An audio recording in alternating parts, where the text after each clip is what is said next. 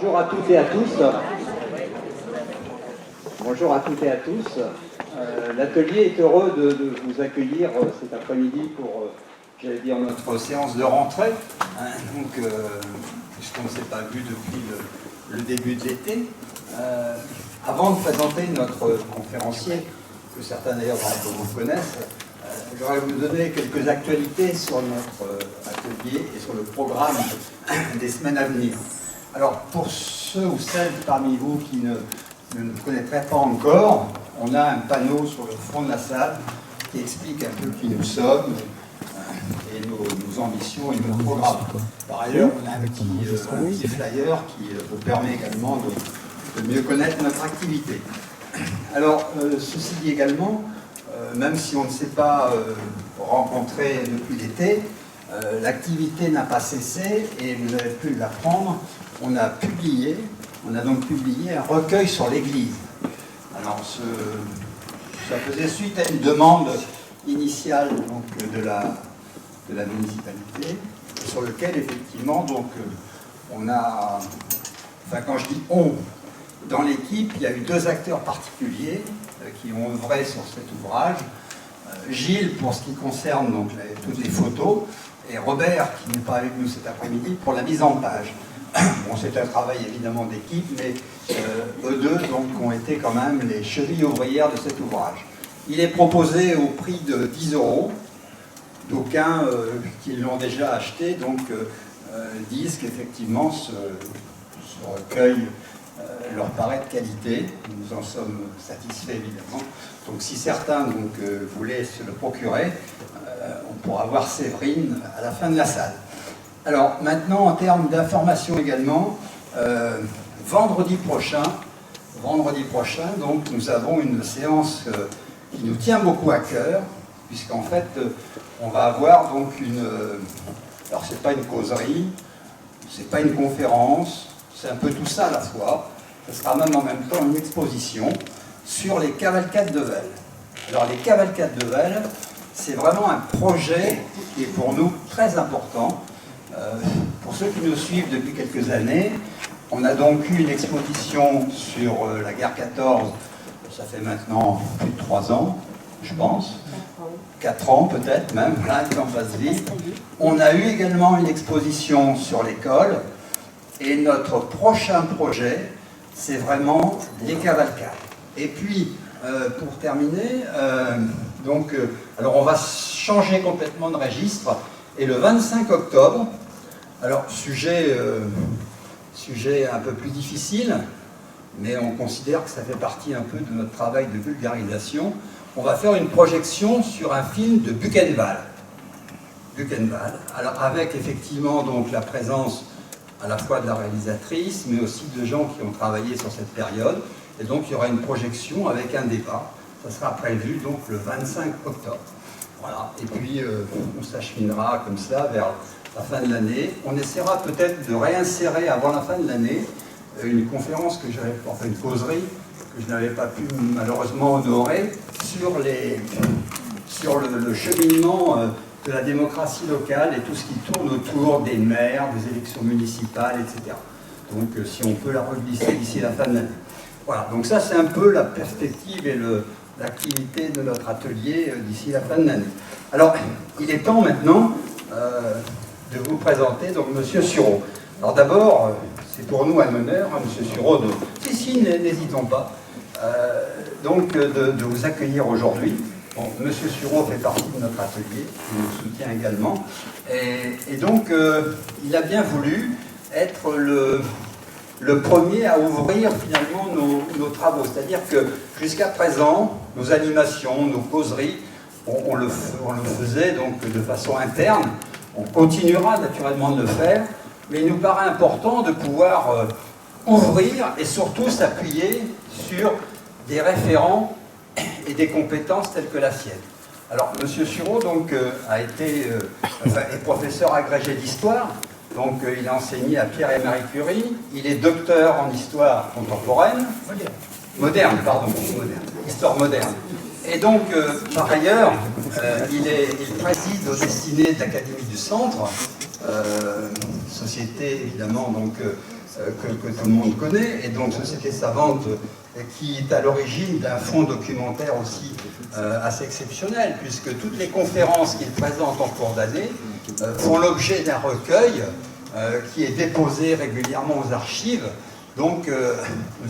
Sureau et son équipe contribuent, j'allais dire, à une connaissance intellectuelle de notre région tout à fait essentielle.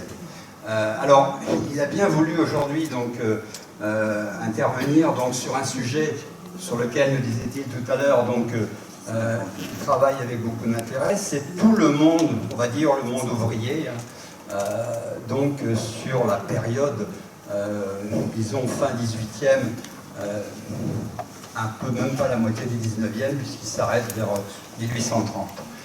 Je l'ai oublié de le dire également, qu'il est à l'origine de beaucoup d'ouvrages, dont le dernier est disponible, vous pourrez le consulter tout à l'heure, sur effectivement le Berry et la Renaissance. Il a travaillé aussi beaucoup sur la famille Balzan, sur la manufacture, enfin, je veux dire, donc, c'est quelqu'un qui fait référence au niveau de notre département et pas que. Et donc je suis vraiment très honoré, Monsieur Sureau, donc que vous puissiez daigner venir rencontrer une petite structure comme la nôtre, dont on s'inspire, enfin je veux dire, et précisément à votre contact, on peut nous-mêmes grandir. Voilà.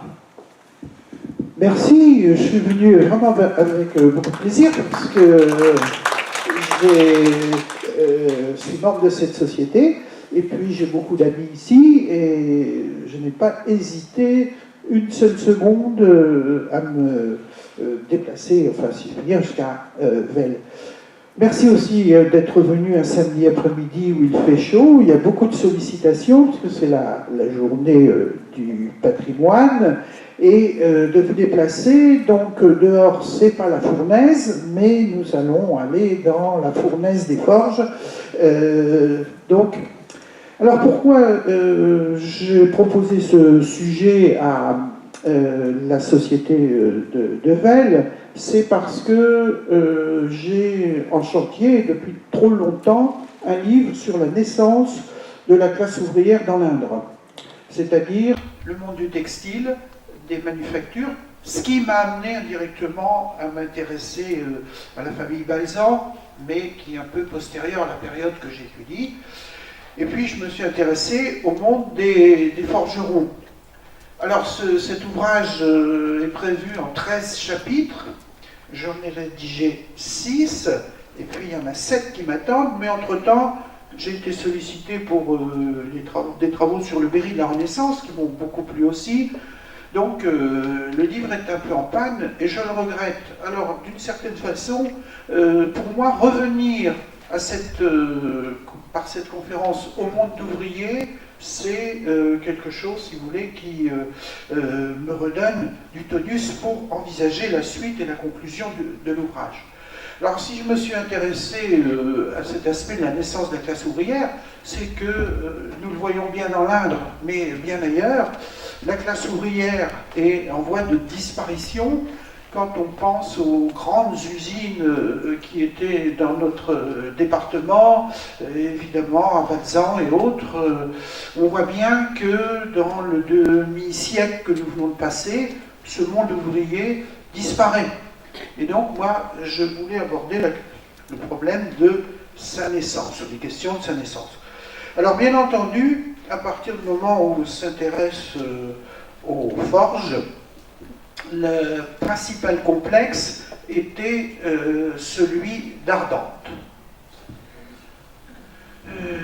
Oui, peut-être que je peux. Alors, principal complexe qui comprenait 3 forges. Voilà. Je ne suis pas très doué pour tous ces instruments, mais je vais essayer de m'en débrouiller. Alors, la forge haute, la forge basse et la forge libre. Donc, un complexe dont on peut considérer que les 3 usines, si je puis dire, travaillaient ensemble. En ce qui concerne Ardentes, j'y reviendrai, il y avait donc 2 paroisses, Saint-Vincent et Saint-Martin. Alors, Donc, je me sers ici d'un très beau document qui a failli disparaître. Je pense que vous voyez bien, sinon on peut peut-être éteindre, je ne sais pas. C'est l'Atlas des forges d'Ardentes qui a été, comment dire, produit en 1786 ou 87. Cet atlas, l'exemplaire que j'ai pu consulter, a failli être jeté au pilon et c'est quelqu'un qui l'a sauvé de la destruction. À un moment, c'était l'équipement, je crois, allait le faire détruire. Il y a des planches magnifiques, donc là vous avez une vue d'un plan de la Forge Haute. Donc quelques kilomètres plus loin en aval, la Forge Basse, donc tous ces forges sont extrêmement bien représentées. Et puis là, je l'extrais d'une minute notariale appartenant à la famille d'Uris-Dufresne. C'est un plan de la Forge de Lille. Là, vous reconnaissez la nationale, hein, le rond-point maintenant. Ici, les forges, dont une a été restaurée. Évidemment, c'est un toit en tôle. Bon, c'est pas très beau, mais ça coûte très cher. Hein. Donc, ici, et puis un très vaste étang dont il reste, il y en a encore un aujourd'hui, mais qui n'a pas l'ampleur, certainement maintenant. Et puis, plus loin, ben, on retrouve le rond-point d'Auzan. Hein. Donc, c'est les trois forges.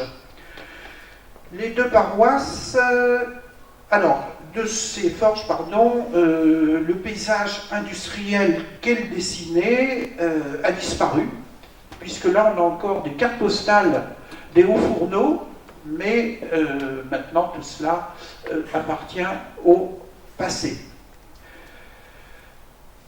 Deux paroisses, donc Saint-Vincent, Saint-Martin, et ces deux paroisses étaient extrêmement différentes par leur recrutement sociologique, puisque les ouvriers de forge étaient presque tous rattachés à la paroisse Saint-Vincent, tandis que les travailleurs de la forêt ou des mines étaient rattachés à la paroisse d'Ardentes.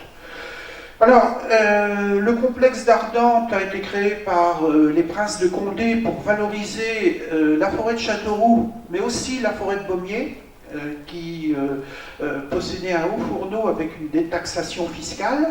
Donc, les princes de Condé ont regroupé tout dans un seul ensemble.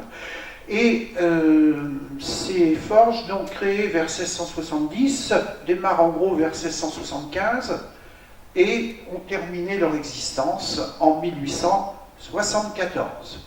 Voilà. Au départ, on a 50 ouvriers de forge que les historiens appellent ouvriers intérieurs, c'est-à-dire qui travaillent dans les forges proprement dites, et puis environ 230 à l'extérieur qui travaillent soit à l'extraction du minerai, au transport de ce minerai, au transport du charbon de bois, précédé évidemment par le travail des bûcherons, des fendeurs, qui sont toujours plus nombreux que les ouvriers proprement dits. Au moment où les forges sont extrêmement sollicitées sous la Révolution, puisqu'elles sont chargées de fabriquer des canons, et on a rajouté une entreprise supplémentaire à Étreché, la fonderie de canons est dans l'église, qui a été désaffectée à l'époque et interdite au culte.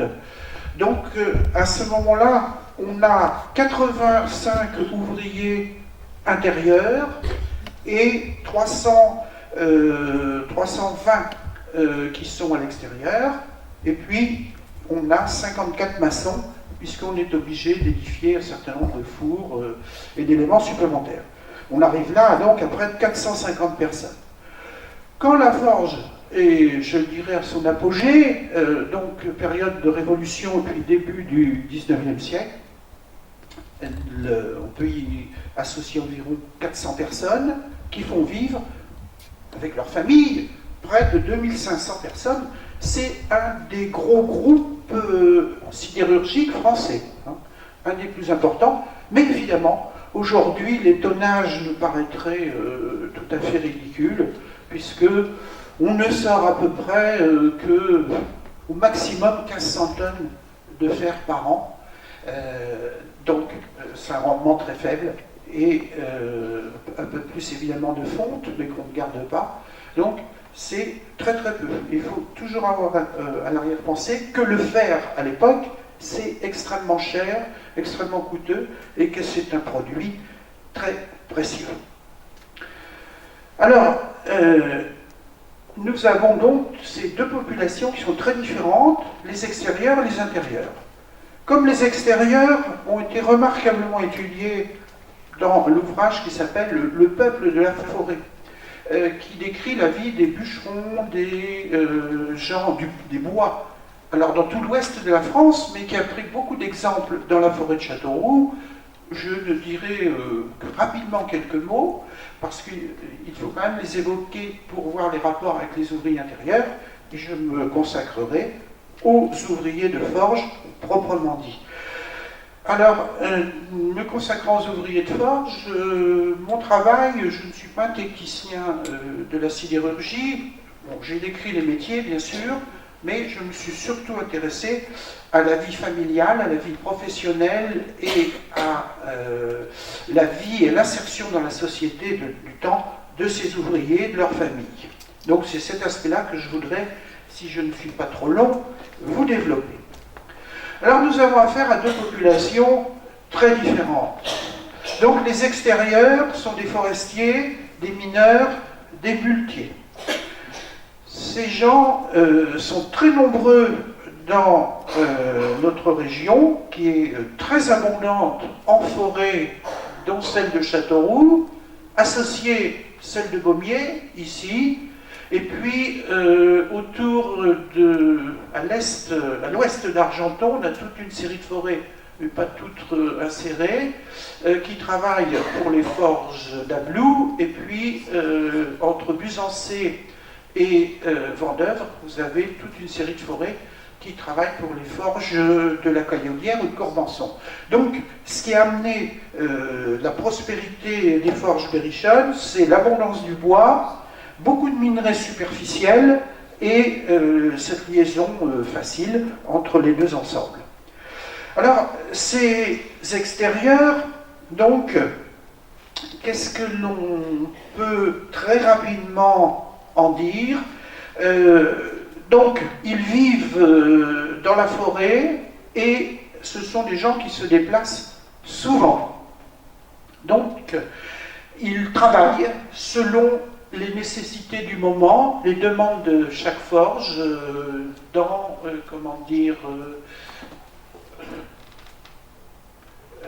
la forêt du Poinçonnet ici. Voilà. Là, vous avez l'itinéraire, vous voyez, d'un personnage qui s'appelle Nicolas Le Rouge. Bon, ben, il a travaillé à Louroué, il a travaillé du côté du Blanc, il est remonté ensuite vers le Poitou pour descendre en bas Poitou.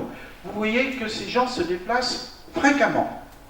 C'est un point extrêmement important dans leur style de vie. Se déplacent aussi très fréquemment les muletiers et les gens qui extraient le minerai, qui le transportent, ou bien le fondant qu'on appelle la castine, qui est un calcaire, une pierre qui aide à la fusion du fer. La plupart du temps, ils vivent dans ce qu'on appelle des loges, c'est-à-dire des demeures au sein des forêts, ou proches, et des demeures qui sont construites en bois et donc précaires.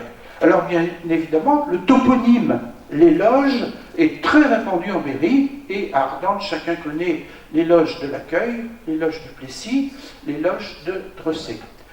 Comme ces populations étaient assez fluctuantes, on a cherché, surtout au XVIIIe siècle, à d'une part les fixer, d'autre part les contrôler, car il était extrêmement difficile de percevoir les impôts sur des gens qui n'étaient pas toujours là.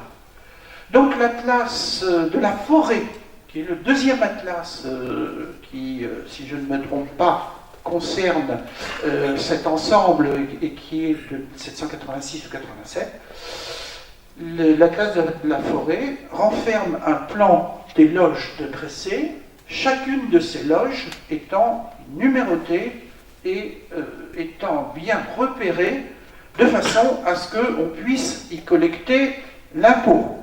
Base fondamentale de la société d'avant la Révolution, où payer ses impôts est une obligation absolue et ne pas les payer un crime grave.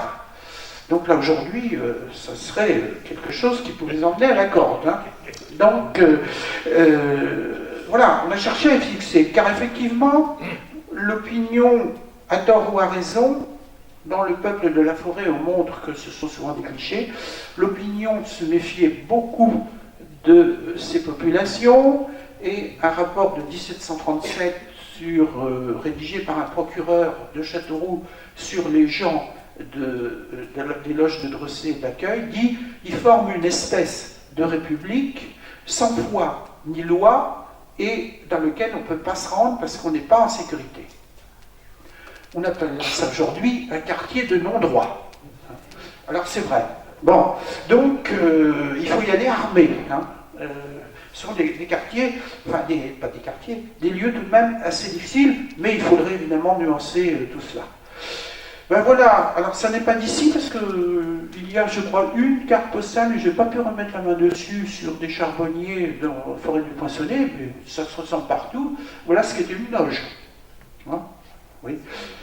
Donc, une maison, une demeure couverte de terre et de bruyère, assez imperméable d'ailleurs, mais permettant, si je puis dire, une vie sommaire. Hein. Mais évident que ces gens, notamment s'ils sont charbonniers, ou quand le four est lancé, il faut être présent sur place hein, pour le contrôler, vivent dans les bois.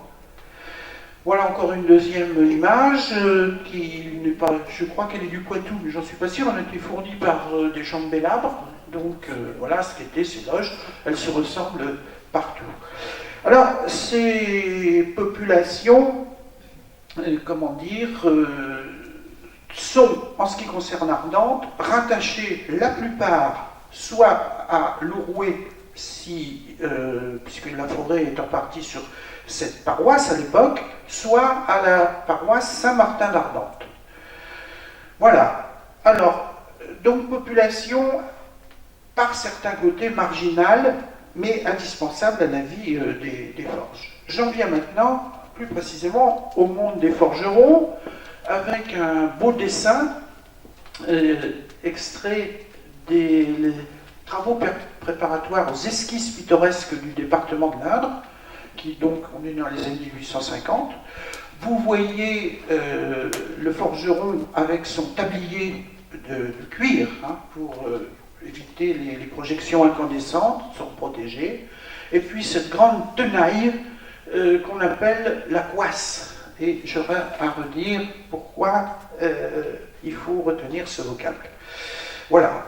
Alors, ces forgerons, nous allons les suivre au travail, en premier temps. Ensuite, nous les verrons dans leur cadre de vie. Puis, nous verrons, comment dire, ensuite, leurs caractéristiques familiales. Alors, au travail, les métiers de forge, premièrement, sont des métiers très durs physiquement. Donc là, vous avez un très beau dessin tiré des esquisses pittoresques du département de l'Erdre, un martinet qui est mu par une roue avec des godets et l'eau la fait tourner. Donc une forge doit être près d'une rivière, hein. C'est obligatoire. Vous voyez que c'est un rude travail, hein. C'est marteau-pilon, hein, en quelque sorte, là. Et puis les meilleures vues se trouvent dans le magasin pittoresque, qui est une revue hebdomadaire du 19e siècle. Malheureusement, elle ne passe pas bien du tout, le papier étant de mauvaise qualité et, comment dire, trop peu épais pour faire de bonnes photos. Donc je vous les montre, mais c'est très très peu parlant. Oh, là encore que c'est pas si mal que ça. À gauche, vous avez des chargeurs. Métier technique très compliqué. Il s'agit de faire la charge du fourneau par le haut, qu'on appelle le gueulard. Bien ajuster le charbon de bois, le minerai, la castine en bonne proportion. Et donc, c'est un métier qui exige une technicité très importante. Et puis là, à droite, on a, je pense, au bas d'un fourneau, la réception d'une coulée. Et là aussi, c'est un métier très technique où aucune coulée ne ressemble à une autre. C'est-à-dire qu'il faut, pour l'ouvrier, bien savoir à quel moment ça va être prêt. Donc, et ensuite, réceptionner le métal en fusion, le faire couler dans des gueuses et le faire refroidir pour qu'ensuite on le transporte à la filerie. Alors, métier physiquement très très dur, ça c'est très important. Et ensuite, métier qui exige une présence permanente. Quand le fourneau est allumé, c'est pour une saison, et donc il faut être présent le jour, la nuit. Il faut éviter d'être malade. Donc il y a toute une série d'ouvriers qui s'appellent rechange, c'est-à-dire qu'ils sont capables de remplacer quelqu'un qui est défaillant pour pouvoir l'aider. Là, ensuite, on travaille dans la chaleur, mais aussi dans le froid, car les forges sont, ouvertes sur l'extérieur pour des tas de raisons, et donc on a des contrastes de température qui sont considérables, et c'est donc quelque chose qui est très très exigeant, d'où le fait qu'il n'y a aucune femme qui travaille dans les forges, dans l'aspect intérieur. Ça c'est impensable dans ces métiers physiques et d'une très grande pénibilité. Voilà encore une image du travail au martinet sur le métal en fusion. C'est peut-être de l'affinage, c'est-à-dire qu'on prend des fontes, qu'on refait chauffer, et ensuite on les frappe pour éliminer les impuretés et autres, et aller vers le processus de fabrication du fer. Puis après, il faudra le mettre en barre, en tôle et autres, c'est la fonderie, etc. Donc, travail très très dur.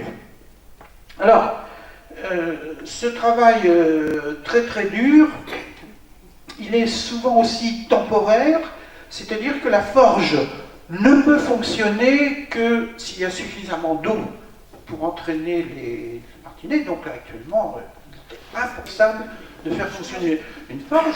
Donc les ouvriers vont souvent se déplacer, eux aussi, parce que là où une forge a suffisamment d'eau pour travailler, on va pouvoir les employer. Ils vont aller donner un coup de main à une autre forge.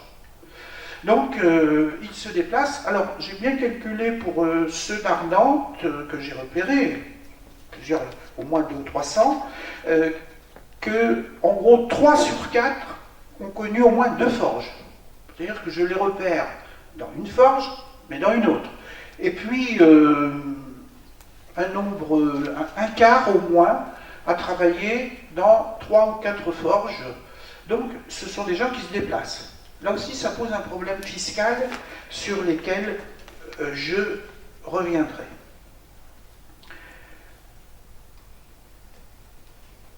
Le travail, l'embauche, elle se fait oralement, le plus souvent, entre le maître de forge ou son régisseur et l'ouvrier, mais on a parfois la chance de rencontrer quelques contrats notariés d'embauche de ces personnes. Ce qui se ressort, c'est que les conditions de travail sont bien fixées, avec le type de travail que fera l'ouvrier, là, le temps qu'il pourra être mobilisé, l'engagement, je vais revenir, de ne pas quitter son travail si celui-ci n'est pas terminé. Donc il y a un certain nombre de clauses. Il reçoit en général, au moment de l'embauche, s'il n'est pas à la forge, où il va travailler, le maître de forge lui paye son déménagement. Donc c'est un point important et lui donne une petite avance salariale, mais très très légère, qu'on appelle une épingle. Donc voilà. Alors très souvent, l'embauche va se faire en ce sens que l'ouvrier amène un de ses enfants comme apprenti. Donc pour le maître de forge, c'est un avantage. Il n'est pratiquement pas payé cet apprenti, ça va être dans la paye du père ou du cousin, et ça permet d'assurer une relève. S'il est suffisamment formé au bout d'un an ou deux pour pouvoir être rechange, c'est-à-dire aider en cas de l'absence ou de la maladie d'un ouvrier. Alors, les rémunérations, elles sont bien connues pour la seconde moitié du XVIIIe siècle. Je n'ai pas trop travaillé le XIXe parce qu'il faut brasser quand même énormément d'archives. L'ouvrier de forge est, par rapport à la société du temps, bien payé. Il gagne pour les professions les plus qualifiées, c'est-à-dire les affineurs ou les chargeurs sont aussi très, très qualifiés, ainsi que ceux qui assistent au coulé. Il gagne entre 500 et 700 livres par an, c'est-à-dire, disons, plus qu'un compagnon de ville, qui gagne autour de 450 par an. Donc, c'est déjà bien rémunéré. Le mieux rémunéré à Ardentes, c'est le souffletier, qui est celui qui met au point les soufflets qui permettent au bas du fourneau de nettoyer, d'oxygéner et d'accélérer la combustion. Il gagne 1500 livres par an, c'est un très gros salaire. Et il est logé au château d'Auzan.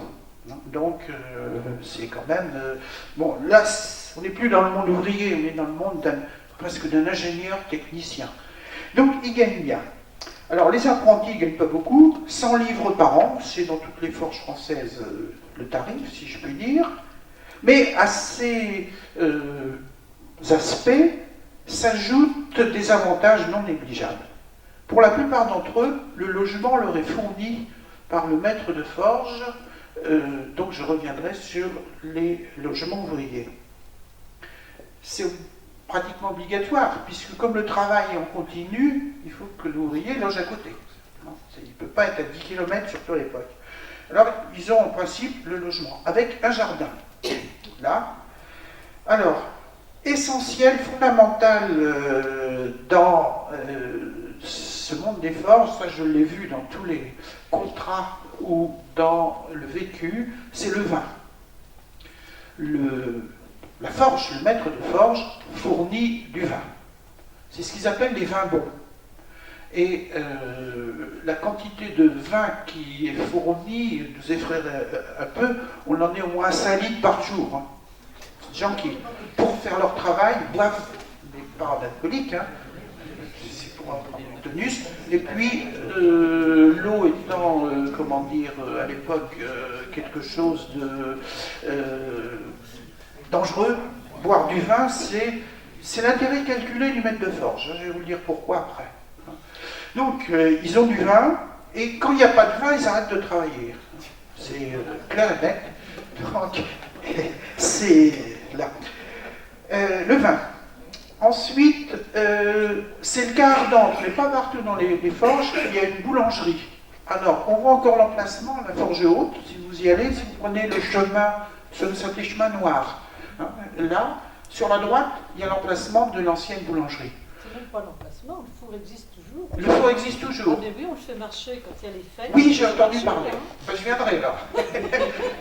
Alors, ce que je ne sais pas, c'est si le maître de forge leur paye le pain ou si ils doivent se débrouiller pour trouver leur farine et leurs produits, et puis il ne fait payer que le four, je ne sais pas. Hein. C'est pas bien explicite. Alors, ils ont droit aussi à du bois. Hein. C'est très important, là aussi. Donc, parfois, quand la forge ne travaille pas, la plupart, à la demande du maître, vont faire du bois pour eux, mais qui est gratuit. Donc, ils ont du bois. Et puis, il y a la question des impôts. Comme beaucoup se déplacent, il est très difficile de percevoir l'impôt, parce que sous l'Ancien Régime, l'impôt se percevait 4 fois par an. Les collecteurs faisaient une tournée, passaient dans chaque famille. C'est évident que si le forgeron n'est pas là, il ne va pas être payé. Et du coup, ça fait du retard, etc. Alors, j'étais très surpris en regardant les rôles de taille ardente, je ne voyais pas de forgeron. Mais après, j'ai compris l'explication, non pas ardente, mais à Blou.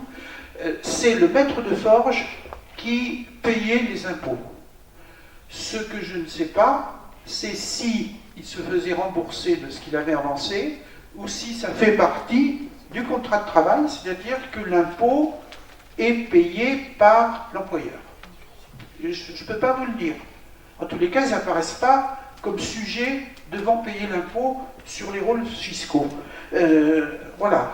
Alors, quand il y a des temps morts, c'est-à-dire que la forge ne peut pas travailler et qu'ils ne sont pas partis dans une autre forge, par accord entre maîtres de forge. Je te les prête un mois, mais tu me les rendras un mois quand j'aurai besoin, moi, d'une équipe supplémentaire. Ils ont une rémunération minimale. Et il y a des conflits là-dessus. Donc j'en ai vu un acte notarié intéressant par des forgerons d'Ardentes. Devant le notaire, ils font constater que l'Indre n'a pas assez d'eau pour faire tourner la forge, contrairement à ce que dit le maître de forge. Donc du coup, ils ne travaillent pas, et donc du coup, ayant vu le notaire, ils veulent opposer ce document en justice en disant qu'ils doivent toucher l'indemnité de base et qu'ils ne sont pas des gens grévistes, entre guillemets.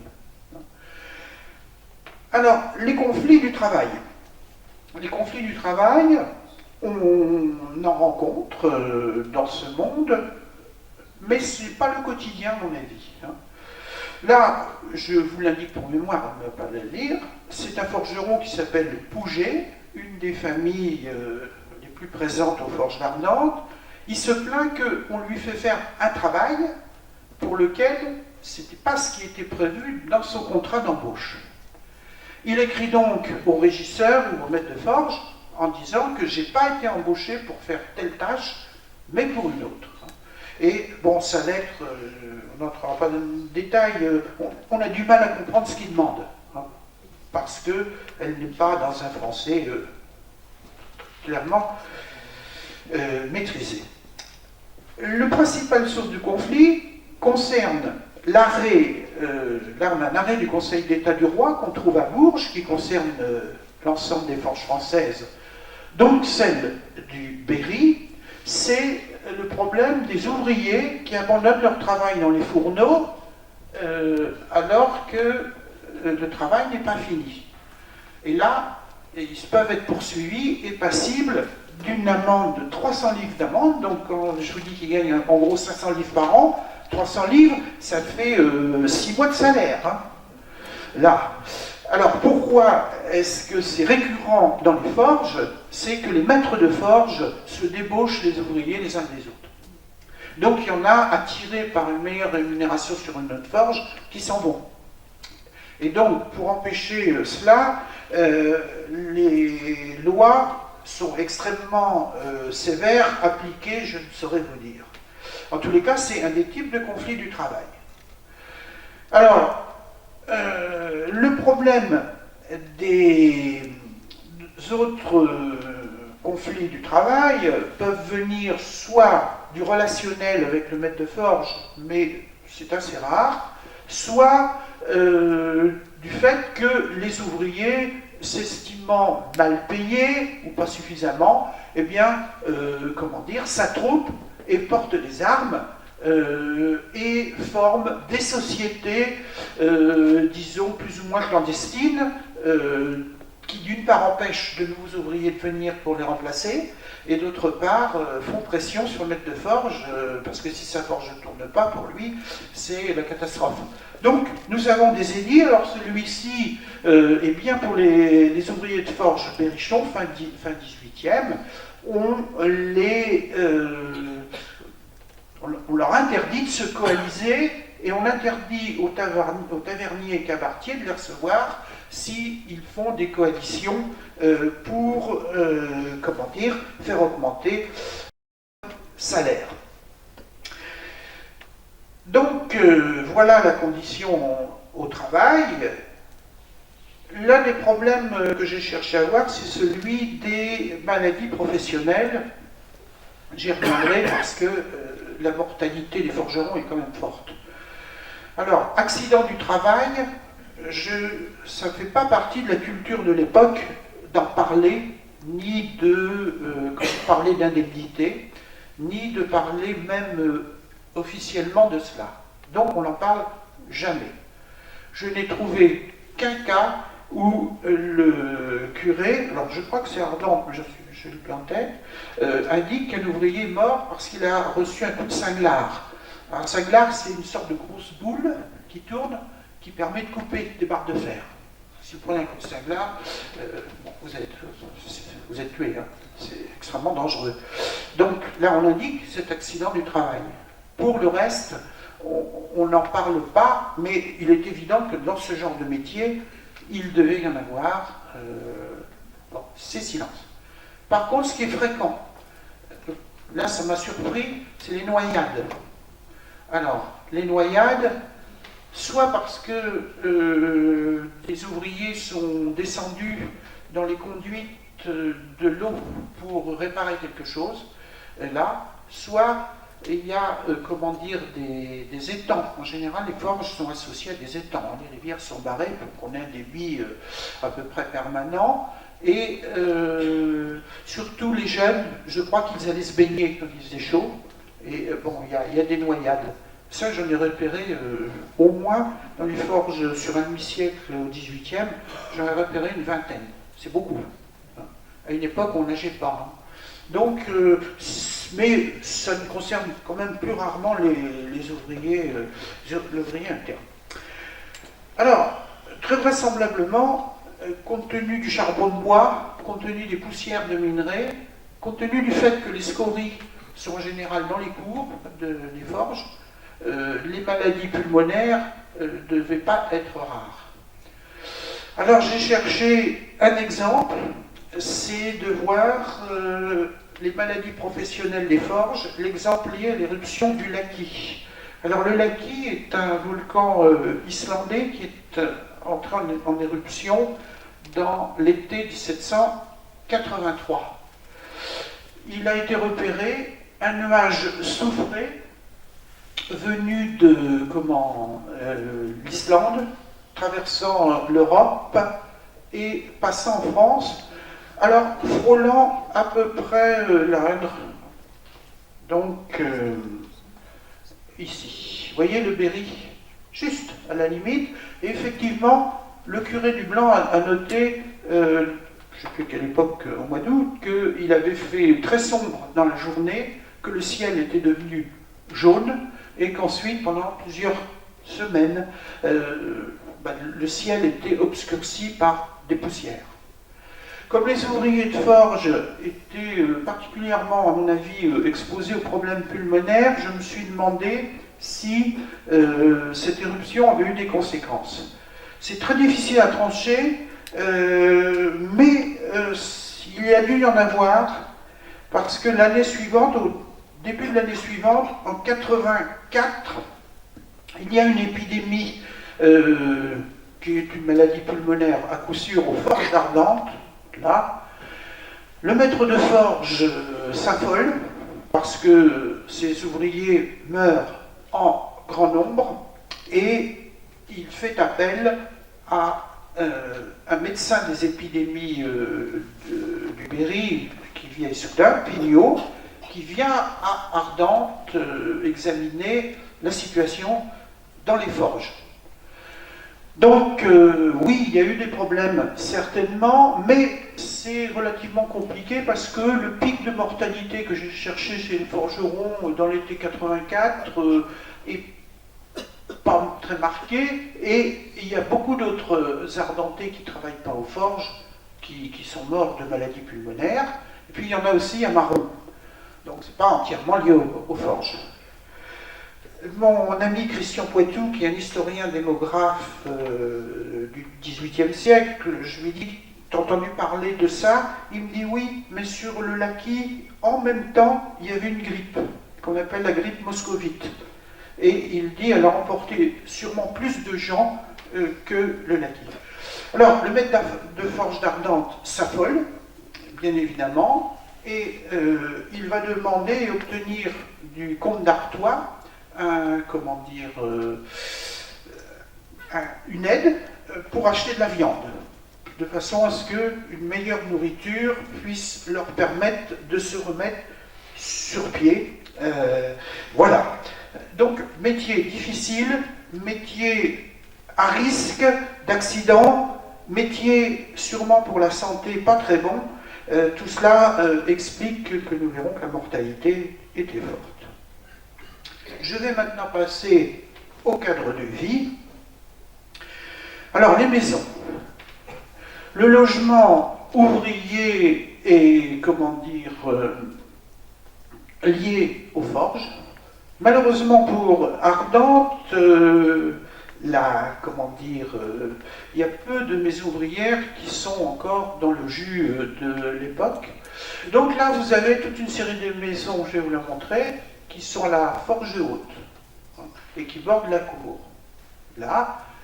Alors, forge basse, on ne les voit pratiquement pas, c'est pas facile, vous étaient là, ici. Donc, ces maisons.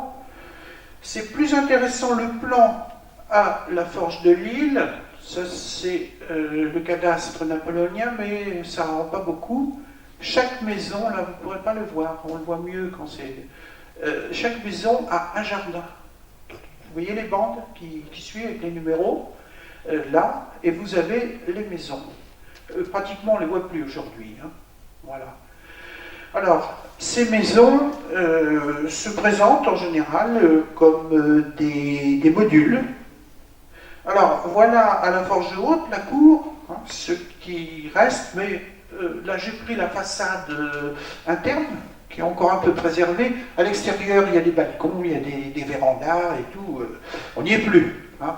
Par contre, les mieux conservés sont à Crozon-sur-Vauvre, là, et à Vélabre. Hein. Là, on en voit encore. Mais vous voyez ces maisons, ici, encore que là, je pense que peut-être une version 19e, c'est-à-dire avec un étage. Au 18e, c'est pas évident. Là, vous voyez que ça fait des modules. Bon, alors là, il y en a deux qui ont été accolés, hein, vraisemblablement. Donc, voilà. Hein. Ces maisons, mais qui, pour l'époque, finalement, présentent au moins une qualité aussi grande que à la campagne. Hein. Voilà. En général, elles étaient quand même surmontées d'un grenier où on pouvait mettre du foin ou un peu de réserve pour la nourriture ou autre. Et là, je ne vois pas, s'il y a peut-être des greniers, mais tout cela est quand même bien transformé. Ils ne sont pas très très bien conservés ici. Donc, ce cadre de vie est finalement sûrement apprécié de ceux qui y résident, car, si vous voulez, c'est quand même des maisons qui ont le minimum de confort de l'époque, c'est-à-dire une ou deux pièces en bas. Alors souvent à la campagne, il n'y a qu'une pièce, hein, là, et un jardin, quelques dépendances. J'en viens maintenant à la dynamique des populations. D'abord les mariages. Alors les mariages, là c'est très clair, très net. Les contacts entre le monde des ouvriers de la forêt ou des mines et les forgerons n'existent pas. C'est-à-dire qu'il y a très très peu de mariages, très faible proportion qui associent les deux ensemble. C'est vraiment très séparé. C'est ce qui m'a frappé. Donc, alors à Ardentes, c'est clair et net, hein, parce que comme les ouvriers de la forêt sont très très proches géographiquement des ouvriers des forges, il y aurait pu avoir des mariages, des intermariages, on ne le repère pratiquement pas. Alors, j'ai pu étudier 71 mariages. Sur ces 71 mariages, alors j'ai travaillé que de 1750 à 92, parce qu'après, il y a eu les municipalités de canton, on ne s'y retrouve plus. Ça demanderait des heures et des heures de reconstitution. Donc j'ai pris ce qui était relativement homogène. Sur 71 mariages, il y en a 49 où on a un mariage qui est lié, qui associe deux familles d'employés des forges. Donc ça fait les deux tiers. Alors, le reste, quelques mariages avec des gens, des travailleurs extérieurs, là, des artisans, mais aucun avec des gens de la terre, des filles ou des garçons de la campagne, plutôt ici les filles, pas. Parce que là, c'est typique du 18e, et au 19e, ça sera encore peut-être plus net. Les gens de la campagne sont tenus par les forgerons pour des ploucs, hein, entre guillemets. Donc, non, hein, pratiquement pas. Alors, l'âge au mariage est assez tardif, mais typique du XVIIIe siècle. 27 ans pour les hommes, c'est assez tardif, mais c'est la moyenne de l'époque. Là. 21 pour les filles, donc là, comme la majorité est à l'époque, la majorité civile est à 25 ans, la plupart des filles se marient mineures. Hein, là. Mais bon, pour nous aujourd'hui, ça n'aurait pas beaucoup de signification. Voilà. Alors, contrairement à l'habitude qui est en Berry de se marier, le mois c'est février, qui était le principal mois des mariages, là c'est juillet.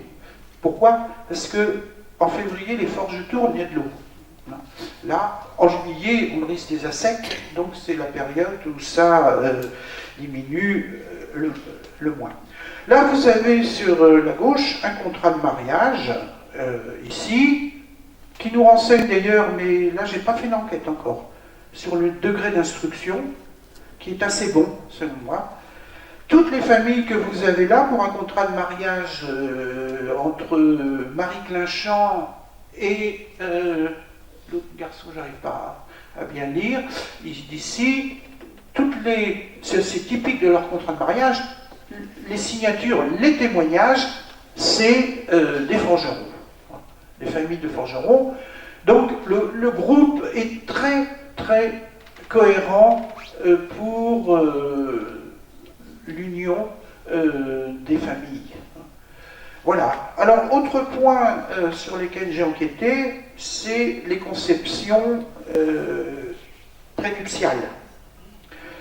Alors, j'ai regardé, comment dire, les naissances, donc avant 8 mois de mariage.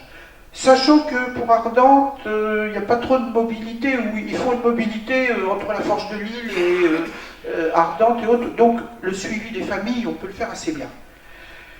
Et en considérant qu'une naissance prématurée, d'un point de vue de la morale du temps, c'est avant 8 mois. Alors là, c'est clair, net et radical, et c'est un contraste total avec les filles qui travaillent dans les usines, les manufactures textiles à l'époque. Aucune mariage, aucune conception anténuptiale. Aucune. Donc les filles des forges sont verrouillées. Ça c'est clair, mais ça se comprend dans la logique des familles, parce que la fille est un outil, entre guillemets, pour les stratégies de travail et pour la cohésion de l'ensemble du groupe.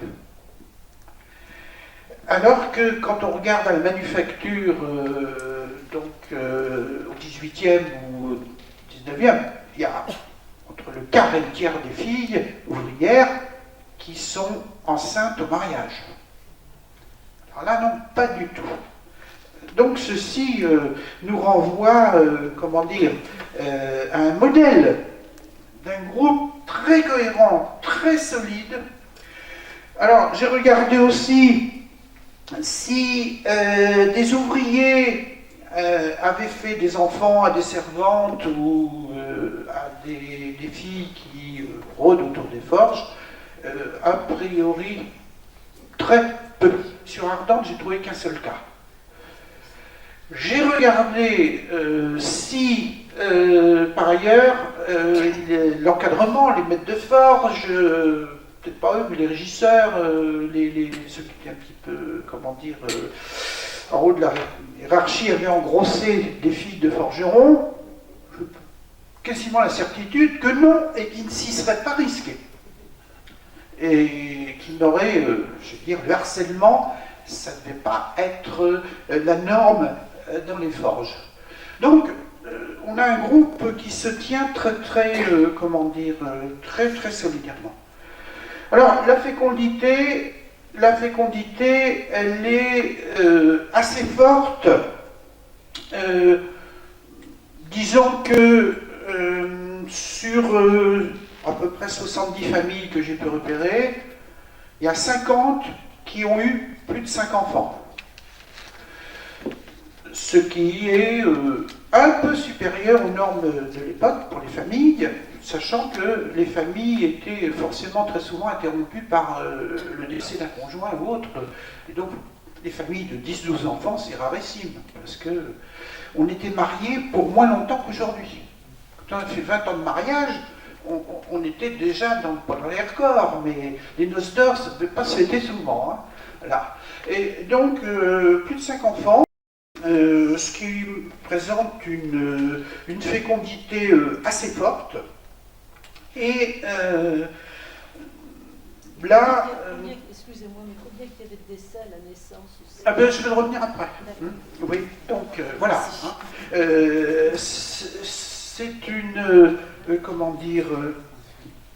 une proportion plutôt haute quand même. Mais on voit aussi que pour ces familles-là, avoir des enfants, c'est l'assurance de pouvoir faire un apprenti, donc de pouvoir rester dans la maison, etc. Voilà. Alors, les conceptions, on peut les calculer, ce qui est tout à fait différent des autres populations françaises, où il y a quand même des mois où il y a beaucoup plus de conceptions que d'autres. Là, c'est tout au long de l'année, c'est très homogène.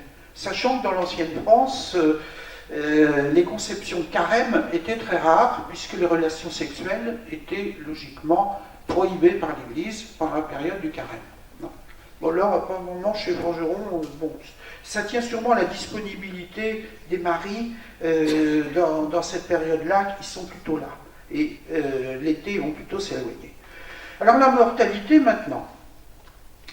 J'ai calculé la mortalité. Il faut, quand on fait de la démographie d'Ancien Régime, il faut, comment dire, éliminer la mortalité infantile, parce que sinon on arrive à des statistiques où on arrive à une espérance de vie de 20 ans, ce qui n'a pas de sens. Donc là, j'ai pris la mortalité à partir de 16 ans. Alors, l'âge moyen pour les hommes de mortalité, c'est 34 ans, ce qui est quand même jeune, même pour l'époque. Donc, c'était un métier mortifère. Il n'y a pas de problème. Chaud et froid, coup sûr. Infection pulmonaire par les poussières de charbon de bois. Hein. Le minerai aussi, là. Donc, très rude. L'espérance de vie pour les femmes est de 39 ans. Ce qui est très logique, puisque l'espérance de vie féminine est toujours supérieure à la masculine. Là. Les mortalités par accouchement, je n'ai pas pu trop les voir, parce que les curés ne notent pas. On peut les deviner quand il y a un bébé qui a été baptisé, puis la mère meurt 3 jours après, c'est une des suites de l'accouchement. Hein. Mais sinon, là, donc je ne peux pas trop vous dire. Bon, je pense que ça obéissait à la moyenne. Alors, Donc une mortalité quand même très nettement marquée. Alors, mortalité des enfants. J'ai pu repérer de 1750 à 92 389 naissances chez les forgerons d'Ardentes, et j'ai pu repérer 209 décès d'enfants de moins de 10 ans, là, donc on arrive à plus de 50% de décès avant 10 ans. Ce qui est la norme française de l'époque, échelle plutôt haute. Donc la mortalité des enfants était nette. Et je pense qu'elle est sous-estimée parce qu'il y avait certainement quelques enfants qui étaient chez les grands-parents ou autres qui sont décédés ailleurs et que je n'ai pas repérés. Alors, ces enfants-là, si on regarde les grandes familles, celles de plus de 5, ces grandes familles de plus de 5, j'ai pu repérer un taux de mortalité à plus de 50%. Donc, effectivement, pour amener 2 enfants à l'âge adulte et un garçon comme apprenti, il fallait en faire 5. Donc, sinon, le capital familial, en quelque sorte, risquait de se réduire. Donc voilà, quelques mots pour dire qu'il y a des familles qui sont extrêmement présentes tout au long de l'époque, au moins 18e. Alors on a les Chiquet, les Clinchant, les Courroux, les Génie, les Jusques, les Lebrun, les Le Salle, Mardel, Moisy, Nourry. Et maintenant, grâce à la généalogie sur Internet, on connaît bien l'origine de ces familles présentes à Ardentes au XVIIIe siècle et encore au XIXe. Elles sont venues quand le prince de Condé a créé ses forges, et elles viennent de la Mayenne, précisément de Port-Brillet, une grosse entreprise sidérurgique de la Mayenne. Elles viennent de l'Orne, donc métallurgie normande, mais sud-normande, et un peu de Bretagne, du côté de Hennebont, c'est à côté de Lorient, et de Châteaubriand. Voilà, ils sont originaires de là, et on les raccorde maintenant, on peut remonter jusqu'au XVIe siècle, dans les années 1580, on peut remonter ces familles qui sont restées là. Sensibilité. Rapport avec les maîtres. Ce qui, moi, me paraît le point essentiel, c'est qu'il y a une grande cohésion avec les maîtres. Les maîtres de forge, ou les régisseurs, parce que le maître de forge est souvent lointain, il possède la forge, il en fait la gestion financière, mais la gestion technique est confiée à un régisseur. Alors, on le voit avec quelques éléments. Premièrement, il y a beaucoup de maîtres ou de régisseurs qui viennent au baptême des enfants de leurs ouvriers et qui signent là. Et on a aussi la présence comme parrain, ou plutôt parrain, voire la femme du maître de forge ou du régisseur marraine, dans ces mêmes familles. Donc, il forme un groupe cohérent. D'autre part, quand il y a des problèmes à la forge, et que, par exemple, la maréchaussée vient faire un tour, ils sont toujours la même attitude: vous ne rentrerez pas sans l'accord signé du maître de forge. Ça veut dire que le maître de forge, pour eux, est l'autorité légitime à laquelle ils s'estiment soumis et à laquelle ils ne veulent pas déroger. Donc, ces liens sont très très forts. Ce sont des liens qui sont, là encore, montrent que le monde des forges forme une cohérence qui ne se retrouvera pas dans d'autres secteurs. Alors, les ouvriers, souvent dans les forges, ont une confrérie autour de Saint-Éloi. Je n'ai pas pu l'identifier pour Ardentes. Bien qu'au château de Clavières, il y ait une chapelle Saint-Éloi, mais je ne la connais pas. Donc, oui, il y a un culte de Saint-Éloi. Confrérie de Saint-Éloi chez Forgeron d'Ardentes, je ne peux pas vous le dire. Là. Par contre, nous avons un très beau texte du début du XIXe siècle, au moment où quelqu'un d'Ardentes rédige pour le préfet d'Alphonse, qui prépare son mémoire statistique, qui rédige un texte sur la vie dans les forges. C'est un texte merveilleux. Alors, il indique que la Saint-Éloi est très fêtée par les ouvriers d'Ardentes et qu'ils rendent ce jour-là hommage au maître de forge en venant et en honorant le maître de forge, ils se rendent au château, et sa femme.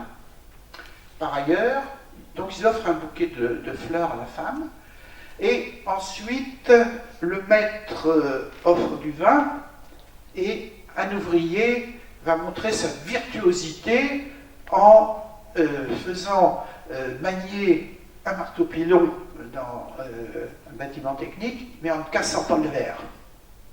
Donc, il y a tout un éloge, le maître donnait du vin. Et alors, le lendemain, ils font une fête plus particulière entre eux, et qu'ils appellent la Saint-Coisse.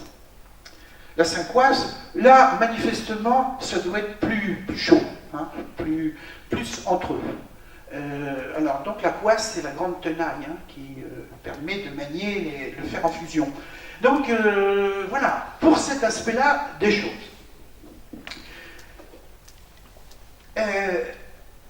Donc, ce qui m'a surpris, c'est la question de la criminalité. La criminalité, on est dans une société très violente à l'époque, pour lesquelles aujourd'hui nous nous sentirions extrêmement mal à l'aise. Tout le monde a un bâton quand il se promène. Beaucoup de gens sont armés, hein, ne sort pas sans son fusil, là. Le gros problème des forges, c'est d'une part qu'il y a des gens qui traînent et qui vont dans les forges pour se chauffer.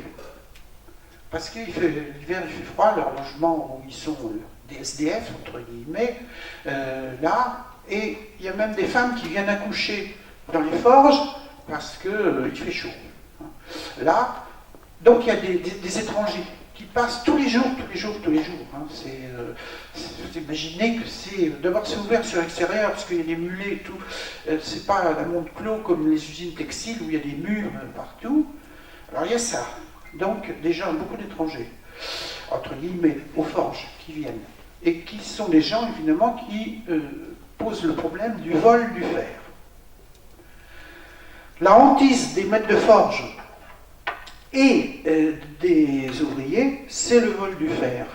Pourquoi? Parce que c'est cher, c'est précieux, et la demande de fer étant quand même importante, tous les moyens sont bons pour voler du fer. Alors, le principal source de vol, c'est pas tant dans les forges elles-mêmes que dans le transport du fer, alors principalement ici vers Celles-sur-Cher, qui s'appelle Celles-en-Méry, hein, où il part vers Nantes, parce que le fer d'Ardentes est très très réputé, pour faire des ancres, hein, là, et au cours du transport, on remplace les barres de fer lourdes par des plus légères. Et donc quand on arrive à Celles-sur-Cher, eh bien, il y a eu un détournement de fer. Dans les forges eux-mêmes, où il y a quelquefois des vols, alors ce qui est remarquable, c'est que les ouvriers forgerons font corps avec le maître de forge ou le régisseur pour arrêter les voleurs. Donc on a un ou deux textes où à minuit ils sont là en train de surveiller la forge pour empêcher le vol. Parce que le vol, vraiment, les ouvriers, un forgeron ne vole jamais de fer. C'est complètement contraire à l'éthique du groupe. Dans le textile, la pique de laine était fréquente. C'est-à-dire que les ouvriers détournaient de la laine pour revendre en ville. Par là. Par là. Donc on sent que le groupe est cohérent autour de, du maître de forge, et très hostile aux ouvriers. Les ouvriers de forge sont tout de même quelque peu des délinquants financiers, en ce sens que, vous savez qu'à l'époque, il y a la gamelle, l'impôt du sel, qui est très très cher, et qu'ils doivent aller chercher à la Châtre. Donc c'est quand même loin, ils ont d'ailleurs protesté, parce qu'avant, ils allaient le chercher, Issouna, avant 1724, c'était plus près. Et ils accueillent volontiers les trafiquants de sel, qu'ils cachent dans les forges, et puis ils peuvent, en quelque sorte, il y a tellement de mouvements de mulets, de chevaux, que difficile. Et quand les gabelous viennent pour inspecter les forges, là, il y a des gamins qui sont veilleurs, c'est un peu comme les quartiers d'aujourd'hui. Hein. Là, ils sont sur les tas de scories et ils annoncent aux ouvriers que les gabelous vont arriver, ou sont là. Alors là, le groupe sort armé et les gabelous ne s'y risquent que si ils ont suffisamment de force là. Donc, ils consomment du faux sel. Hein. C'est l'aspect peut-être de leur délinquance le plus manifeste. Mais vraiment pas de vol. Donc là, vous avez monitoire, c'est-à-dire un texte qui invite les gens qui connaîtraient des voleurs de fer à les dénoncer. Là, ce monitoire est lu à l'église, sous peine, si vous connaissez un voleur de fer et que vous ne le dénoncez pas, vous serez considéré aux yeux de Dieu et au jugement final comme complice du voleur. Donc, voilà un monitoire ici qui est dans le diocèse de Bourges. Donc j'ai repéré quelques voleurs de fer à Ardentes, et là, en général, ce sont des Castelroussins, des gens qui travaillent pour les maréchaux ferrants, enfin qui alimentent les maréchaux ferrants, mais ce n'est pas des ouvriers de forge, pas du tout. Par contre, du côté des extérieurs, si je puis dire, qui est quand même un comportement différent, il y a du trafic de bois. Le bois étant rare à l'époque et cher, il y a des ententes avec des gens de Châteauroux pour écouler du bois. C'est une mentalité qui n'est pas la même. Alors, je terminerai, voilà, je pense être dans les temps, par quelques aspects de la vie religieuse. Les baptêmes. Très clair, très net, les baptêmes des enfants renforcent la cohérence du groupe, puisque dans l'immense majorité des cas, les parrains-marraines sont des forgerons ou des épouses de forgerons. Donc, le groupe se renforce.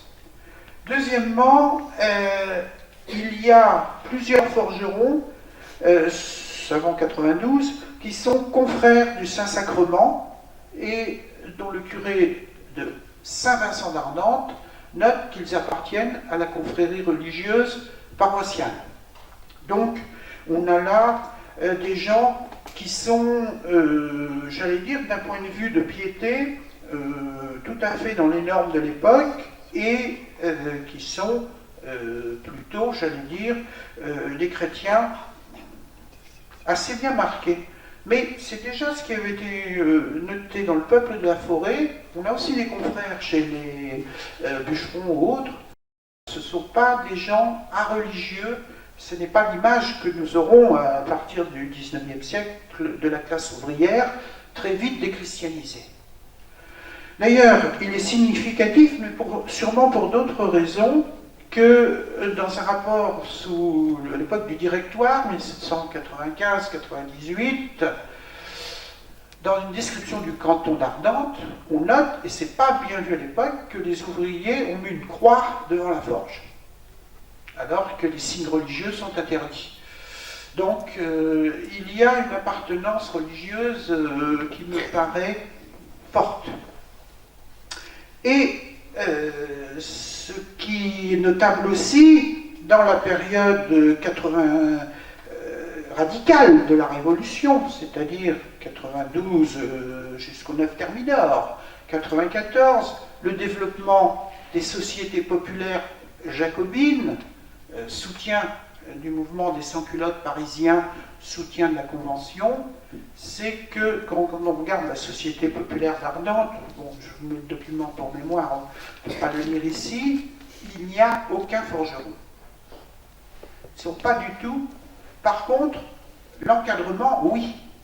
Il est un peu obligé d'y aller parce que le travail aux forges dépend du gouvernement pour la fabrication des canons. Hein, là, et il était impensable que les maîtres de forge ou les régisseurs n'y soient pas. Les ouvriers n'en font pas partie.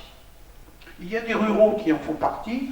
Je ne crois pas qu'il y ait beaucoup de gens des forêts non plus, mais on voit que ils sont toujours, j'allais dire, sur ce groupe cohérent religieusement. Et pour les baptêmes, ce qui est intéressant à une époque où apparaît l'état civil laïque, c'est que lorsque les déclarations de naissance ont lieu chez les forgerons, c'est toujours, comme sous l'Ancien Régime, deux forgerons qui viennent. Il n'y a pas le voisin ou quelqu'un d'autre, c'est exclusivement des forgerons. Donc, il prolonge dans l'état civil laïque le comportement ancien. Alors, en conclusion, sur ce monde du travail, d'abord la fin des forges, c'est 1874. La concurrence des fers fait à partir du charbon, bien moins cher comme énergie et meilleure productivité que le bois, fait que les forges Berishon sont désormais à la peine, sauf peut-être Vierzon, parce que Vierzon va être lié par le canal du Berry. Le charbon venant de Commentry. Là, mais Ardentes, on a beau essayer de canaliser l'Indre, bon, enfin, vous d'y rêver, c'est pas possible. Donc, le charbon est cher. Et donc, le bois est cher, beaucoup plus que le charbon. Donc, la compétitivité baisse.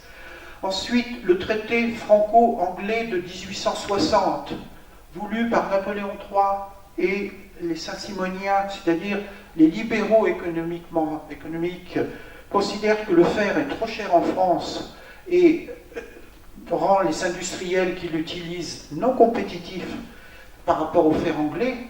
Donc, ces milieux imposent, je dis bien imposent, un traité de libre-échange. C'est-à-dire que du fer anglais rendu à Châteauroux sera moins cher que du fer d'Ardentes. Donc, conclusion, après 1860, la mort des forges est inéluctable, ne peuvent pas tenir. Alors, par ailleurs, le bois, c'est M. Harry nous le dit dans la revue, le bois est cher, hein, il est une matière très précieuse. Là, donc, le bois ne permet plus de fournir les quantités qui permettraient de répondre à la demande. Donc, ces forges vont fermer. Donc, 1874, c'est la fermeture des forges. 1876, au moins un an que j'ai repéré, Madame Balzan rachète la forge haute. Comme elle a racheté aussi ou elle a essayé de racheter le haut fourneau du Noyer, c'est à Brive, près d'Issoudun. Alors, est-ce qu'elle voulait faire du fer? Maman, elle a voulu fabriquer des rasoirs. Peut-être a-t-elle voulu fabriquer de l'acier, je ne sais pas. En tous les cas, elle va acheter la forge haute et ensuite on voit qu'elle va la vendre à la découpe. C'est-à-dire qu'elle va vendre maison par maison tout ce qui est aux forges. Elle va vendre le matériel, elle va même vendre le sable de la rivière.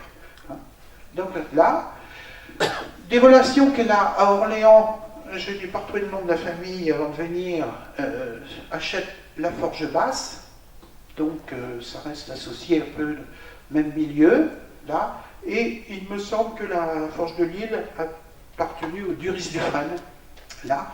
L'ont-ils racheté ou l'autre? Je ne vais pas creuser cette question, l'avait-il déjà en héritage? Je ne sais pas, mais ils vont racheter. Hein. D'où le plan d'une minute notariale que je vais montrer. Donc, les forges vont être vendues comme quand on liquide une usine, on vend les machines, on vend ce qui peut être vendu, puis voilà. Et donc, c'est la fin d'un cycle très important. Classe ouvrière, cette classe ouvrière, elle a particularité par rapport à ce que va être le monde ouvrier qui se développe plus vite encore dans le textile. Elle est donc très fermée sur elle-même, très soucieuse d'une formidable cohésion de la famille, là. Elle a une maîtrise du geste professionnel qui circule en elle-même, c'est-à-dire que c'est les pères qui forment les fils, hein, les enfants, là, qui n'est plus le modèle qui va être celui de la mécanique du 19e, hein, où on passe par l'ingénieur et autres. C'est un savoir empirique qui est de la pratique et qui n'est pas conçu par des créateurs de machines. Les conditions de vie de ce groupe sont très honorables. Ils s'estiment bien au-dessus des ouvriers, enfin des gens de l'extérieur, bien au-dessus des gens des campagnes, mais il va lui aussi progressivement disparaître et voilà, ben, ce monde ouvrier n'est plus. Merci.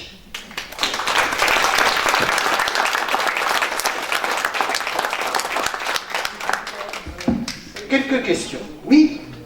Attendez, on va peut-être... Pardon?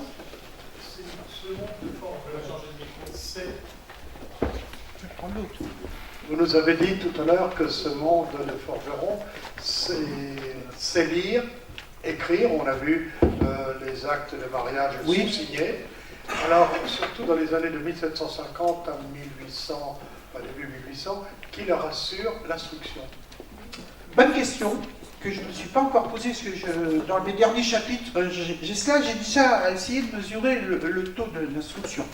Là, qui me paraît nettement supérieur à la moyenne des gens locaux, surtout les ruraux, où c'est très très faible dans l'Indre. Hein.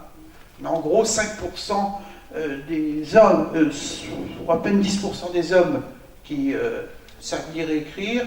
Chez les forgerons, je suis quasiment sûr que c'est plus important. Je pense, enfin a priori, mais je vais...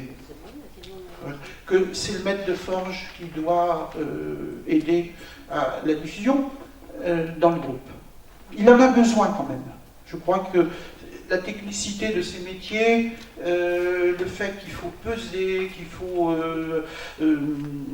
j'allais dire, avoir des relations aussi avec l'extérieur pour les ventes et autres, je crois qu'il ne pouvait pas se passer d'ouvriers ayant un certain degré d'instruction, mais j'ai aucune donnée là-dessus. Je ne sais pas si à Ardentes, il y a sûrement un maître d'école, mais je ne sais pas s'il a leurs enfants ou pas. Je ne peux pas répondre. Instruction sûre. Maintenant, je termine la parole.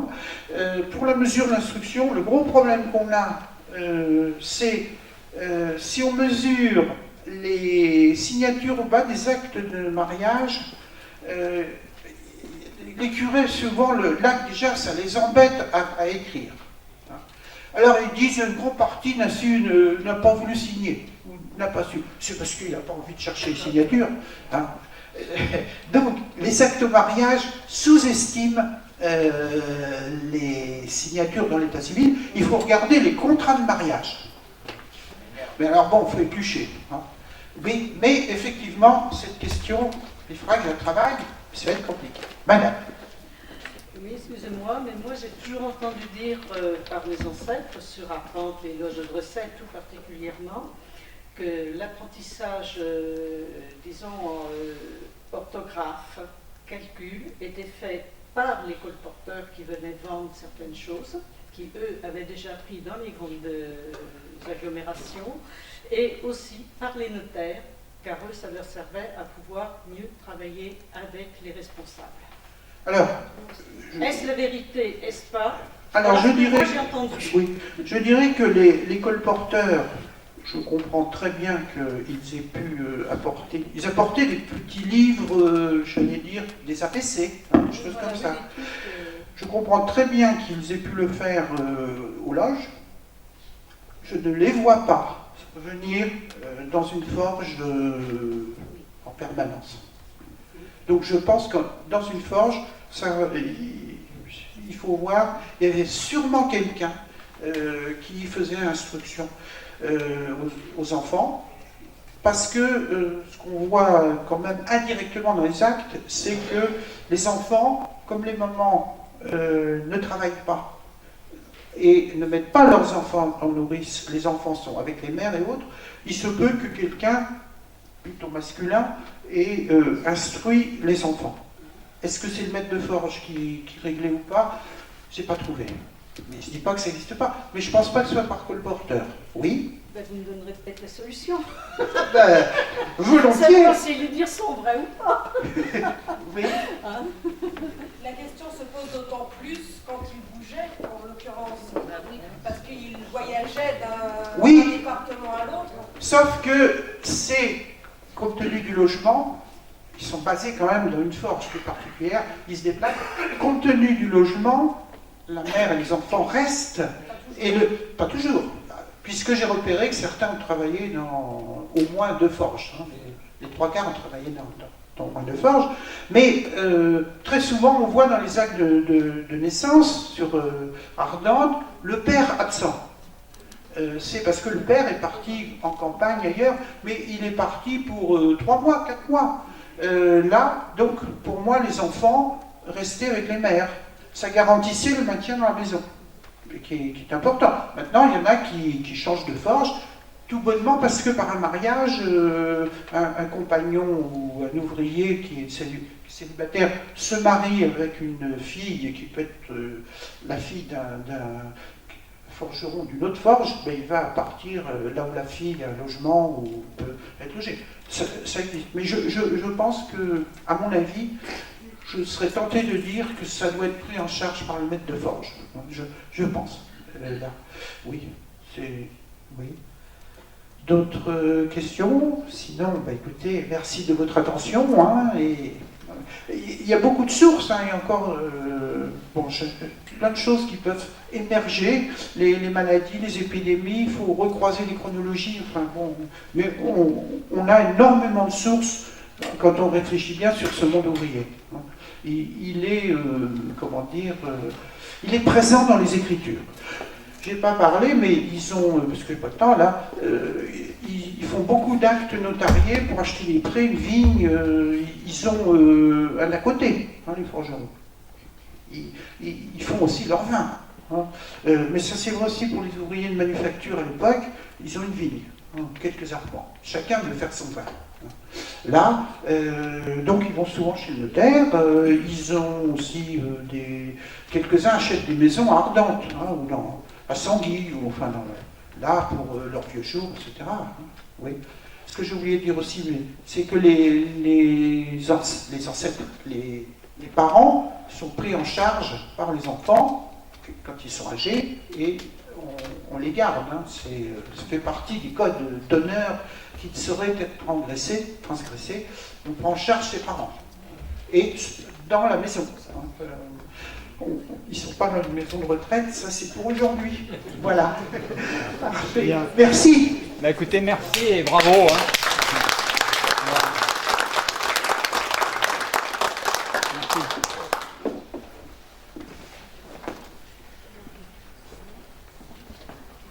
Tu vois, je suis tellement captivé. Il bouge pas. Tu vas devoir recommencer. Oui. Ça c'est une belle aquarelle connue de Desgachons. Ça doit être dans les dernières années de la forge. Hein, c'est très, très belle. Voilà. Parfait.